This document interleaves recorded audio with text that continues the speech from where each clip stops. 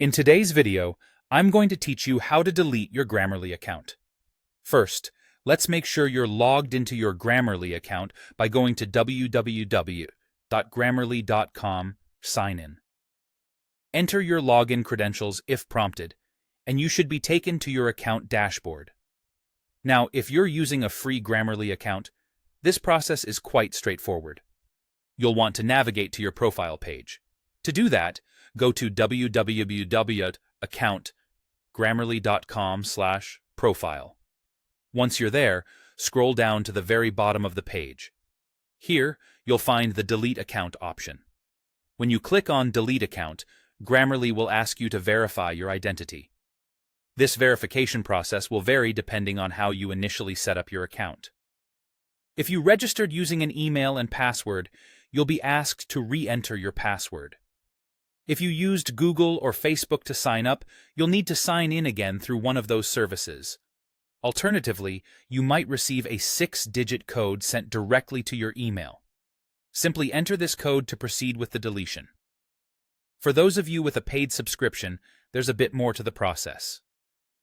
First, it's essential to cancel your subscription before you can delete the account. To do this, head to the subscription section of your account settings and follow the cancellation instructions. Once you've successfully canceled your subscription, you'll likely need to submit a support ticket.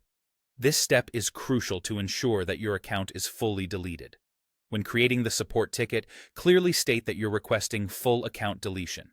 After you submit your ticket, Grammarly's support team will get in touch with you to confirm the deletion. It's important to note that once the deletion is verified and completed, all your personal information and any saved documents will be permanently removed from Grammarly's servers.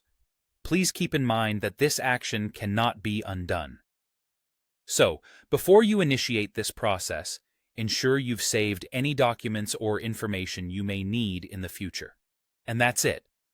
By following these steps, you'll be able to delete your Grammarly account, whether it's a free account or one with a paid subscription. Remember to carefully follow each step and double-check that you've canceled any active subscriptions before proceeding with deletion. If you have any questions along the way, don't hesitate to reach out to Grammarly's support team. They're there to help guide you through the process if needed. I hope this guide was helpful for you today.